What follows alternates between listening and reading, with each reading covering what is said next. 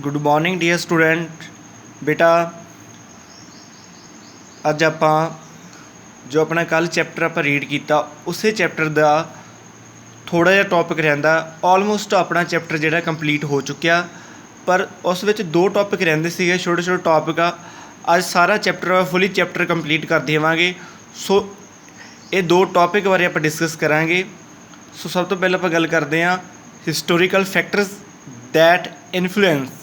Okay भी जिहड़ा अपने हिस्टोरिकल फैक्टर किहड़े-किहड़े आ, जिद्दां मतलब कि डाइवर्सिटी ते पहला फस्ट ही आप वेखदे आ दी डाइवर्सिटी ऑफ रीजन। ठीक है भी जिहड़े खेतर उन्हां विच किवें भिन्नता पाई जांदी। ठीक है फस्ट ही आप गल करते हैं कि एक एग्जाम्पल के तौर पर बेटा गल कर रहे हैं, जिद्दां मान के चलो अपने तो बहुत सारे जिहड़े सीगे हमलेवर से, उन्होंने बहुत हमले किए अपने देश ते।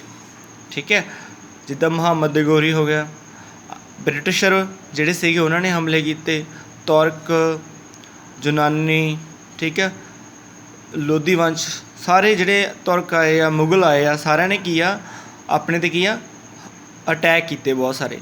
सो जो अपने देश में एंटर किए तो जो उन्हों का कल्चर सीगा, जो उन्हों का रहन सहन सीगा, जो खाण पीण सीगा, ड्रैस पहनते सीगे, उनके कॉस्ट्यूम सीगे और उन्होंने रिलीजियस सीगा, वो की आ अपने देश में एंटर कर गया। क्योंकि जो वो अटैक करते सी तो जो अपने इंडिया में आते सी, अपने पंजाब में आते सी, तो बहुत सारे उन्होंने ही सैनिक, ठीक है वो की है भारतीय इंडिया में ही रहन लग जाते सी। सो वो की उन्होंने देन दी अपने भारतीय लोगों को। जिद्दां हुण अपने गल करते हैं मुस्लिम धर्म है, मुस्लिम अपनी लैंगुएज, अपनी जी लैंगुएज आ उहदे विच बहुत सारे अरबी भाषा के शब्द जिहड़े कि इनकलूड कर दिते गए। ठीक है उस तरह उन्हों का रहन सहन आप अडोप्ट कर लिया। जिस तरह ब्रिटिशर आए उन्होंने एक कंपनी के रूप में आए सी भारत में, तो उन्होंने की आपां इंग्लिश लैंगुएज दी। ठीक है और आपां वैसटर्न कल्चर आप की अडोप्ट कर लिया। मतलब कहने का मीनिंग है भी जिहड़े प्रभाव आ वो समय टू समय पैंदे रहिंदे आ। ठीक है अपने हर एक देश ते, हर एक कंट्री ते। मान के चलो बेटा तुसी कल नूं कैनेडा जाते हो, ठीक है उत्थों मतलब कि वो सभ्याचार तुसी अडोप्ट करोगे तो कुछ अपना उन्होंने सिखाओगे, कुछ उन्होंने सीखोगे। ठीक है सो भाव हर एक मनुख एक दूजे तो सीखता। ओके सो नाउ आप स्टार्ट करते लैसन। इंडिया है trade relation with eastern and European countries from old time. जिहड़ा इंडिया वो की कर रहा वा, व्यापार कर रहा वा किहदे नाल, यूरोपीयन कंट्रीज नाल। ठीक है merchants from other countries came to India to strength trade relation. की आ जिहड़े व्यापारवादी आ, व्यापार करने वाले आ, की आ वो की आ होर कंट्रियां तो आउंदे आ। ठीक है तो वो अपने देश नाल की व्यापार करते वड्डे तौर पर। जिद्दां ईस्ट इंडिया कंपनी सीगी, ठीक है उन्हें की व्यापार किया अपने देश नाल, बहुत सारा उन्हें की धन कमाया। ओके उस तरह तो फिर की होंदा जिहड़े जो व्यापार करन आउंदे तो इत्थे की आ वो रहिंदे आ, तो अपना कल्चर की है छड्डदे, अपना ड्रैस, अपने खाण पीण, उन्हों का जिहड़ी लैंगुएज हुंदी आ आपां अडोप्ट करते हैं, कुछ चीज़ां वो इत्थों अडोप्ट करते हैं। ठीक है इस तरह की है डाइवर्सिटी पैदा होंदी है। ठीक है मतलब भिन्नता आ जाती है, फिर ये भिन्नता की आ एक यूनिटी का रूप धारण कर लैंदी है। ओके इस तरह बेटा आप गल करते हैं अपने देश में जिद्दां बहुत सारे धर्म है ना, Buddhism, Sikhism and Jainism are the religious of India, most popular in other neighbouring and European countries. जिद्दां अपने आ सिखिज़म आ, बौद्ध धर्म, सिख धर्म, जैन धर्म आ। ठीक है ये होर कंट्रियां विच भी, होर स्टेट विच भी, होर मतलब कि जिद्दां कह लईए आपां कंट्रियां विच की है पॉपूलर है। ओके सो उस तरह जदों अपना जिहड़ा अपने देश विच ब्रिटिशर आए, ठीक है वो अपना धर्म लैके आए ना, तो वो की इत्थे पॉपूलर हो गया। ओके जिद्दां आप अजकल कहने आ क्रिसचैनिटी वाल वधदे जा रहे लोग। ठीक है ये इफैक्ट पैंदा ही पैंदा हर एक ते। So Buddhism reached Tibet via Ladakh. ठीक है the Arabic also use to visit India western coast of trade and commerce, ठीक है। ਜਿਹੜੇ ਅਰੈਬਿਕ ਸੀਗੇ ਉਹਨਾਂ ਨੇ ਕੀ ਆ ਆਪਣੇ ਨਾਲ ਵੀ ਉਹਨਾਂ ਨੇ ਵਪਾਰ ਕੀਤਾ, ਠੀਕ ਆ। ਉਹਨਾਂ ਨੇ ਕੀ ਆ ਇੱਕ ਇਸਲਾਮ ਧਰਮ ਜਿਹੜਾ ਸੀਗਾ ਉਹ ਕੀ ਇੱਥੇ ਇੰਡੀਆ ਵਿੱਚ ਕੀ ਆ ਉਹਨੂੰ ਸਟੈਬਲਿਸ਼ ਕੀਤਾ, ਠੀਕ ਆ। ਅੱਜ ਕੱਲ੍ਹ ਦੇਖਦੇ ਆਪਾਂ ਲੋਕ ਬਹੁਤ ਸਾਰੇ ਲੋਕ ਇਸਲਾਮ ਧਰਮ ਨੂੰ ਮੰਨਦੇ, ਠੀਕ ਆ। ਸੋ ਇਹ ਸਾਰੇ ਜਿੰਨੇ ਧਰਮ ਆ, ਠੀਕ ਹੈ, ਇਹਨਾਂ ਵਿੱਚ ਕੀ ਆ ਡਾਈਵਰਸਿਟੀ ਆ। ਔਰ ਜਦੋਂ ਇਹ ਸਾਰੇ ਧਰਮ ਇਕੱਠੇ ਹੋ ਜਾਂਦੇ ਆ, ਭਾਵ ਇਹਨਾਂ ਨੂੰ ਇੱਕ ਆਪਾਂ ਇੱਕ ਸਮਾਨ ਇਕੁਐਲਿਟੀ ਦੇ ਤੌਰ 'ਤੇ ਵੇਖਦੇ ਹਾਂ, ਤਾਂ ਇਹਨਾਂ ਵਿੱਚ ਯੂਨਿਟੀ ਪੈਦਾ ਹੋ ਜਾਂਦੀ ਹੈ, ਠੀਕ ਹੈ। ਜਦੋਂ ਭਾਵ ਕਿਸੇ ਨਾਲ ਡਿਸਕ੍ਰਿਮੀਨੇਸ਼ਨ ਨਹੀਂ ਕਰਨਾ ਕੋਈ, ਇਹ ਯੂਨਿਟੀ ਦਾ ਸੰਦੇਸ਼ ਪੈਦਾ ਕਰਦੇ, ਓਕੇ। ਇਸ ਤੋਂ ਬਾਅਦ ਪੋਲੀਟੀਕਲ ਐਂਡ ਜੋਗ੍ਰਾਫਿਕਲੀ ਯੂਨਿਟੀ। ਹੁਣ ਆਪਣਾ ਦੇਸ਼ ਆ, ਭਾਰਤ ਦੇਸ਼ ਆ, ਇਹਦੇ ਵਿੱਚ ਬਹੁਤ ਸਾਰੀਆਂ ਜੋਗ੍ਰਾਫਿਕਲ ਕੰਡੀਸ਼ਨਸ ਹੈਗੀਆਂ ਜਿਹੜੀਆਂ ਉਹਨਾਂ ਵਿੱਚ ਕੀ ਆ ਡਾਈਵਰਸਿਟੀ ਹੈਗੀ ਆ, ਓਕੇ। ਆਪਾਂ ਗੱਲ ਕਰਦੇ ਹਾਂ ਇਨ ਐਂਸ਼ੀਅੰਟ, ਜਿਹੜਾ ਪ੍ਰਾਚੀਨ ਕਾਲ ਪੀਰੀਅਡ ਆ ਉਹਦੇ ਬਾਰੇ ਗੱਲ ਕਰਦੇ। India remain isolated from other countries due to geographical condition, ਠੀਕ ਹੈ।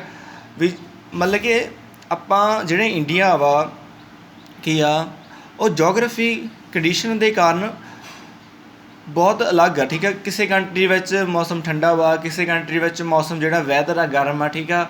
ਹੁਣ ਆਪਣੇ ਪੰਜਾਬ ਆਪਣੇ ਇੰਡੀਆ ਦੀ ਗੱਲ ਕਰ ਲੈਂਦੇ ਹਾਂ। ਹੁਣ ਪੰਜਾਬ ਦਾ ਵੈਦਰ ਅਲੱਗ ਆ, ਠੀਕ ਆ, ਇੱਥੋਂ ਦੀ ਜੋਗ੍ਰਾਫਿਕਲ ਅਲੱਗ ਆ, ਹੈ ਨਾ। ਜਿੱਦਾਂ ਆਪਾਂ ਗੱਲ ਕਰਦੇ ਹਾਂ ਦੀ natural boundaries have separate it from the rest of Asia. Asia ਜਿਹੜਾ ਹੈਗਾ ਵਾ ਦੀ ਹਿਮਾਲਿਆ ਇਨ ਦੀ north, the Assam Hills in the northeast, ठीक है, the Somalia range है, other mountain in the northwest and the eastern and western gate in the south, okay। सो वेखो ये अलग अलग है, ठीक है। सो आप गल करते हैं हुण पंजाब की, ठीक है। पंजाब विच की अपने इंडिया विच वेखदे आपां, ठीक है, सारा कुछ, क्योंकि एक फूड के आधार पर भी इंडिया में की आ जोग्राफिकल कंडीशनस की आ बहुत ਵੱਖ-ਵੱਖ आ, ठीक है। भाव इस मतलब कि सपरेट आ। जिदा फॉर एग्जाम्पल के तौर पर बेटा आप गल करते हैं जिदा बेटा in Bengal and Bihar people like the preparation of rice because these states are good for the cultivation of paddy, okay. क्योंकि ਜਿਹੜੇ ਬੰਗਾਲ ਬਿਹਾਰ ਆ ਇੱਥੇ ਕੀ ਆ, ਇੱਥੇ ਵੱਡੀ ਮਾਤਰਾ ਵਿੱਚ ਕੀ ਆ ਜਿਹੜਾ ਪੈਡੀ ਆ ਰਾਈਸ ਆ ਜਿਹੜੇ ਉਹ ਕੀ ਆ ਕਲਟੀਵੇਸ਼ਨ ਉਹਦੀ ਖੇਤੀ ਕੀਤੀ ਜਾਂਦੀ ਆ। Thus we see that geographical condition ਆ, ਠੀਕ ਹੈ। ਕਿਉਂਕਿ of a place have a deep impact on the lifestyle of the people, ਠੀਕ ਆ। ਹੁਣ ਆਪਾਂ ਕਸ਼ਮੀਰ ਦੇ ਲੋਕਾਂ ਦੀ ਗੱਲ ਕਰ ਦਈਏ, ਉਹ ਕੀ ਆ ਉਹਨਾਂ ਦੀ ਅਲੱਗ ਜਿਹੜੀ ਖੇਤੀ ਹੈਗੀ, ਠੀਕ ਆ, ਐਪਲਸ ਦੀ ਖੇਤੀ ਕਰਦੇ ਆ। ਸੋ ਇਹ ਸਾਰੀ ਕੀ ਆ ਜੋਗ੍ਰਾਫਿਕਲ ਕੰਡੀਸ਼ਨਸ ਹੈਗੀਆਂ ਜਿਹੜੀਆਂ, ਪਰ ਫਿਰ ਵੇਖੋ ਇਹਨਾਂ ਵਿੱਚ ਬਹੁਤ ਸਾਰੇ ਯੂਨਿਟੀ ਆ ਫਿਰ ਵੀ, ਓਕੇ। ਕਿਉਂਕਿ ਆਪਣੇ ਦੇਸ਼ ਵਿੱਚ ਯੂਨਿਟੀ ਹੋਣੀ ਬਹੁਤ ਜ਼ਰੂਰੀ ਆ। ਵਿਦਆਊਟ ਯੂਨਿਟੀ ਦੇ ਆਪਣਾ ਦੇਸ਼ ਕਦੇ ਵੀ ਇੱਕ ਰਾਸ਼ਟਰ ਦਾ ਰੂਪ ਧਾਰਨ ਨਹੀਂ ਕਰ ਸਕਦਾ, ਇੱਕ ਨੈਸ਼ਨਲਿਟੀ ਦਾ ਰੂਪ ਕਦੇ ਵੀ ਧਾਰਨ ਨਹੀਂ ਕਰ ਸਕਦਾ, ਓਕੇ।